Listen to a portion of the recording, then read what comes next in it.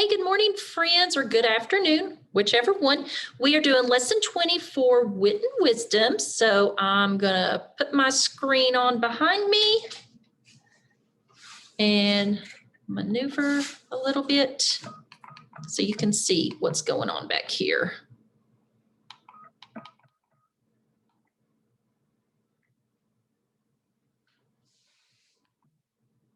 Let's go down a little bit. All right. So let's listen to the following sentences, okay? And if you hear a part that is cold, meaning it's not very nice, act like you're shivering, okay? And if you hear a part that is warm, act like you're wiping sweat from your brow. So remember, if you shiver, you're like, woo, and wiping sweat from your brow, all right? Okay, so the first sentence, Euphrase son, they're cold ones, Esperanza said. What would you do? Oh, you'd shiver, wouldn't you? Okay. Page 9, because she knew that Esperanza loved her, Adelita's heart stayed as warm as the in the hearth. What are you going to do? Shh, wipe your brow, right? Page 11, then in an icy voice, she spoke to Adelita. What are you going to do? Ooh, she's cold, isn't she? Don Michaela. And page 19, Adelita's heart was full as well, and all the meanness she had suffered over the years began to melt. Ooh, getting warm, right? Yes. So what did you notice about how temperature words are used to describe the stepmom, the stepsisters, and Adelita? What did you notice about that? Well, every time that the stepmom and stepsisters talk, they're cold, aren't they? They're like evil characters. And the warm words talk Adelita's heart. And it's how good she is and how happy she is. So cold meaning evil and mean, and warm being happy. All right, let's move on to the next screen. All right, our focus question is, why do people admire Adelita and Pear Blossom? Our content framing, what is the central message of Adelita? So this is what we're going to be working on. What is the message of Adelita? So how do we figure out the central message of a text?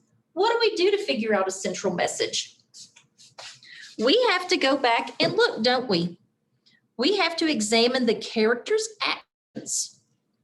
So that's what we're going to do. So this is our central message chart that we're going to fill in. Okay. So I'm going to leave that there. And I'm going to read some pages and we're going to fill in this chart. I'm going to read page 9. Page 9. Okay. So on page 9,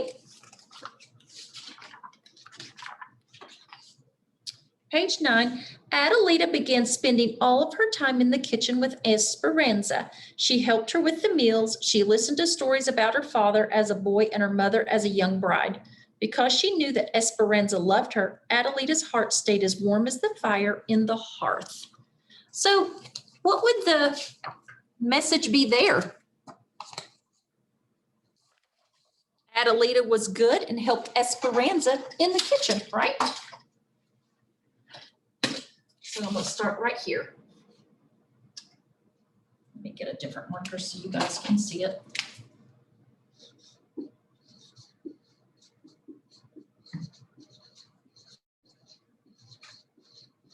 Adelita was good and helped Esperanza in the kitchen. Okay, good. All right, let's look at another page. We are going to look at page 10. One day, Donna Michaela came to the kitchen and spoke to them. I am spending too much money in this household. From now on, you, Adelita, will work in this kitchen. You are here all the time anyway. And you, Esperanza, out. I want you to leave immediately. Oh, Senora de la Fortuna, please don't send me away. Esperanza pleaded. I have been with this family since I was a girl. I will work for no money, just for a place to lay my head and a bowl of beans and a tortilla. Oh, please, Mama, Adelita begged. Esperanza can share my room and my food. Out, shouted Senor Michaela de la Fortuna to Esperanza. What was the overall message there?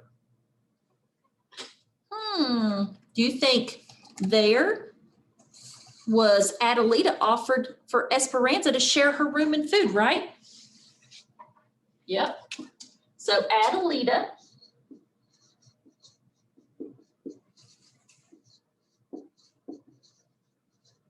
offered to share room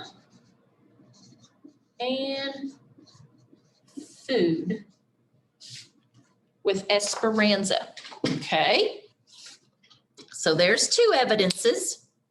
Okay. So now let's look on page 15 through 18. All right. Soy yo, only me. It was Esperanza. Oh, Esperanza, I've missed you so much, Adelita cried. Don't cry me, Pequinte, my little one, Esperanza said. I am here. I had un sueño, a dream, that Donna Michaela would not let you go to the fiesta. So I have come to help. I have borrowed a cart to take you there. But I have nothing to wear, Adelita said. Come with me, Esperanza said. They went to the Cuarto de la Tiliches, the storeroom. Over there, behind those boxes, is your mother's trunk. The key is behind the crucifix. Adelita unlocked the trunk. Inside, she found an old-fashioned, beautiful white dress. Under the dress was a magnificent rebozo, a shawl, embroidered with birds and flowers. Oh, mi mamacita, my little mother, Adelita whispered. Adelita washed and dressed. Esperanza braided her hair and wound ribbons and flowers into it. Oh, Esperanza, Adelita said, Donna Michaela is furious when she sees me.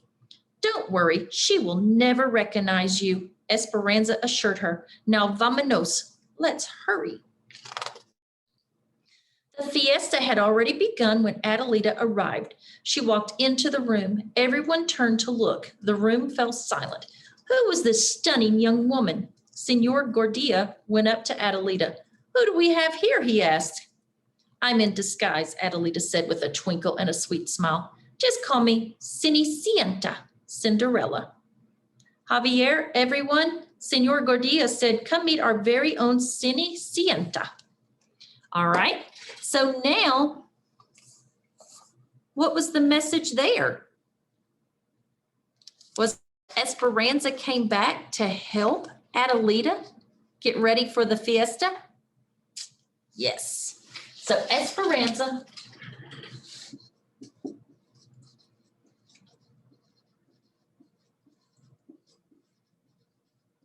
came back to help Adelita get ready for the fiesta. Yes. All right. So let's move on. We're going to look at page 19. Page 19. Let's see what happens on page 19. Javier took one look and fell in love. He danced every dance with Adelita. He brought her refreshments. He never left her side. Adelita's heart was full as well, and all the meanness she had suffered over began to melt. So what happened on this page? Javier fell in love, didn't he? With who? Adelita. So Javier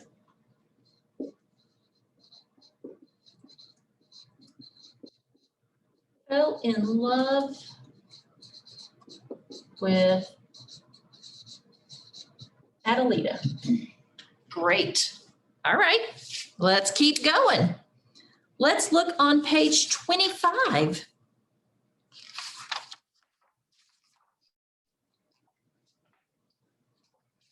The sisters appeared in the doorway, giggling foolishly. Buen dia. Good day, Senor Javier. They chimed in unison. Do you remember us? Are you looking for us? Yes, ladies, I remember you, Javier answered, but it's another that I'm looking for. There's no one here, Dona Michaela said. Yes, there is, a voice said. Are you looking for me, Senor? There was Adelita standing at the top of the stairs in her mother's dress and rebozo. My Cenicienta, Javier said. Who? What's going on? Dona Michaela asked. Valentina and Dulce just looked at Adelita in astonishment. So what happened there? The evil stepmother tried to ignore Adelita, didn't she? But who noticed her? Javier noticed her. He recognized her. So the evil stepmom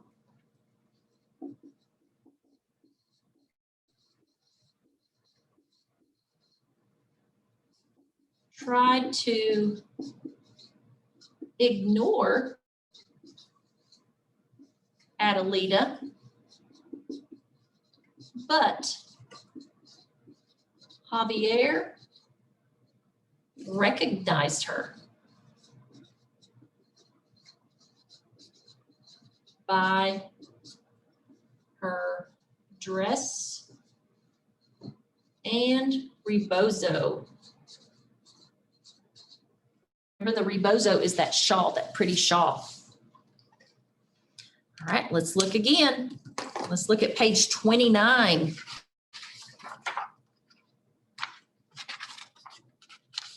All right.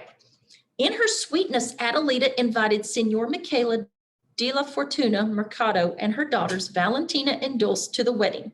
Of course, Esperanza was there too. She was going to take care of Javier and Adelita, just as she had done before. So what happens here? Well, they get married and they invite the stepmom and the stepsisters to the wedding, don't they? Yes.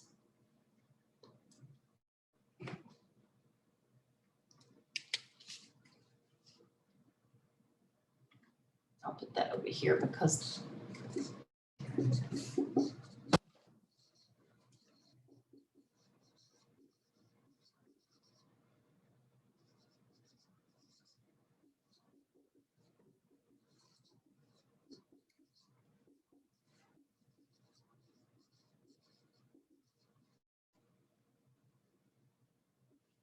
okay. And then let's look at one more. Let's look at page 30. And just like Cienta and her prince, we shall live muy feliz por siempre, happily ever after, Javier said, and they did. So what did they do? They got married and lived happily ever after. So Adelita and Javier got married and lived happily ever after. Okay, so with all this going on, all right, all these different messages on these pages, what is the overall central message? Sounds like good was winning over evil, wasn't it? Yeah, let's see if we're correct. Good wins over evil. That's the central message, because her heart was warm because of Esperanza and Javier. That helped her forget about the meanness and the bad that was caused by the stepmom and the stepsisters. All right, so let's erase.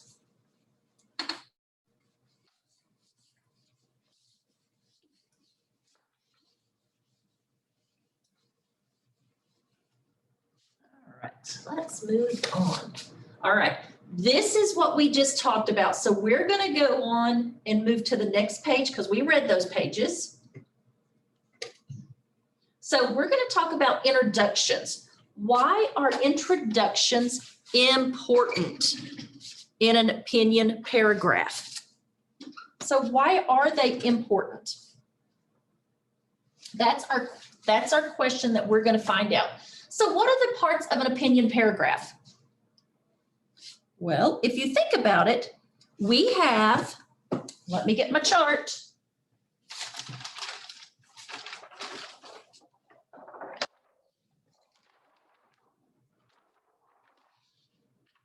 Well, that ain't going to help, is it? Let's lock it a minute. We have our opinion statement, we have our reasons, and we have our opinion conclusion, okay? So we have three parts: the statement, the reason, and the conclusion.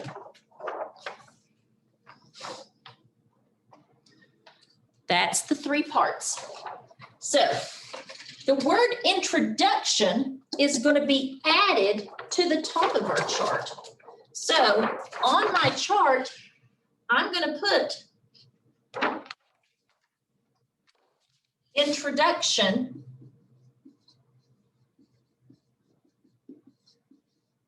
at the top there. Okay, so it's going to be at the top of my opinion statement, reasons, and conclusion now.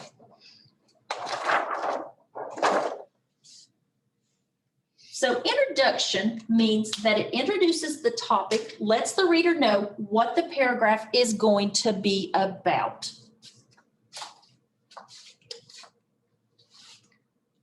So let's look at this paragraph here. It says, I think Esperanza is helpful.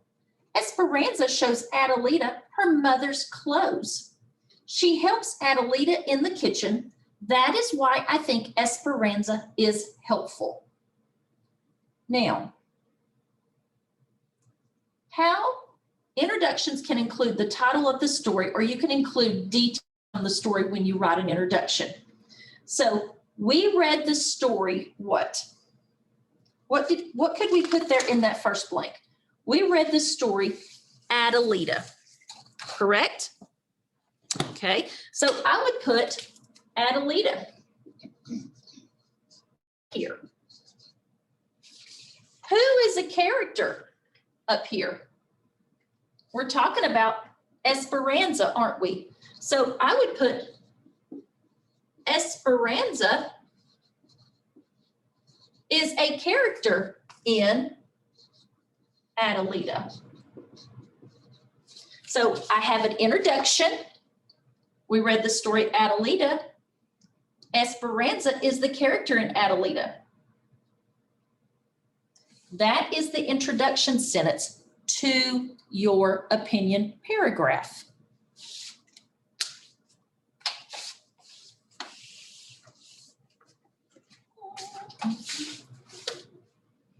Oh, doke. So remember, why is it writing an introduction to an opinion paragraph important? Introduction tells the reader about the topic, and the introduction lets the reader know what the paragraph is about. All right, so let's look at our fluency. So I'm going to share my screen. Let me mute that back there.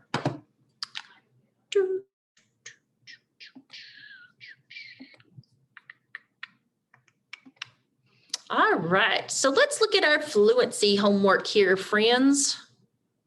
We should be getting good at this because we've been practicing it daily. All right. Yes, ladies, I remember you, but it's another that I'm looking for. There's no one else here. Yes, there is. Are you looking for me, senor? There was Adelita standing at the top of the stairs in her mother's dress and rebozo. My Cenicienta. Javier asked Adelita to marry him. We shall live happily ever after. And they did. Okay, so I'm going to stop sharing here. And we're going to go back up here to my screen. All right, let's move on here. Okay, so the central message of Adelita. What did we learn the central message was? Good over evil, right? Good overcame evil here because she didn't let it get her down. So what is one lesson that we learned from a reading of Adelita? Well, what could you say about it? Could you say that she never gave up, did she? She kept striving, she kept working hard, she was kind, and in the end, it worked out in her favor and not the stepmoms and the stepsisters because good overcame evil. All right, so we just did our fluency check-in, so we're not going to do it again. So let's look at these sentences up here. It says, Mom went to the store and I like cats. What's wrong with those two sentences? Well, it looks like, let me raise it up a little bit. It looks like there's no capital letter at the beginning because normally when we write a sentence, we have to have a capital at the front, don't we? Yes. And anytime you write I, it's always capitalized. So now it says, Mom went to the store. I like cats. So we have our capitals and we do have punctuation. So how does capitalizing names of people and dates work? Well, that's what we're going to talk about. Okay. So let me erase. So when do we capitalize? When do we use capital letters? Well, we use it for the word I, right?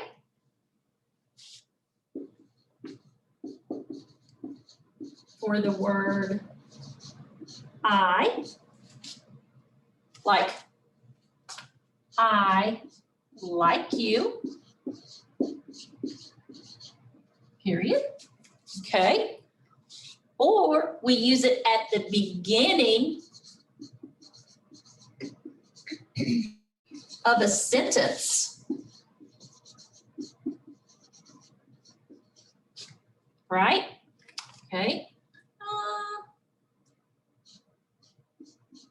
It is raining outside today. Okay, notice my capital letter at the beginning. Okay, when else would you use capital letters? What about for names? Places, right? For a name, like Dr. Benson. We capitalize his name. Or like your name, like Alex, okay? Or Emily. You capitalize that first letter. And what about places? Or actually, we already talked about that. What about days of the week and months of the year?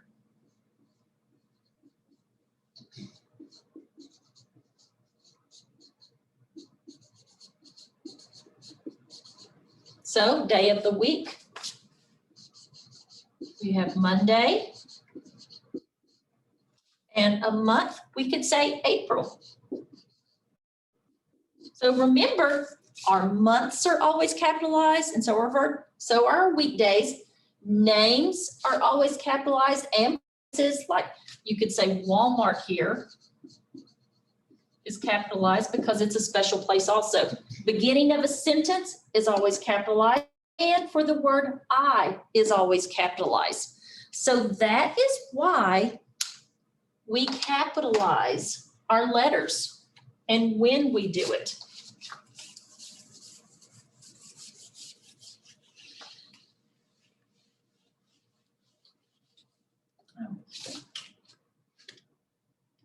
Well, my friends, that is the end of this lesson. So I will see you back here tomorrow for the next. Bye, friends.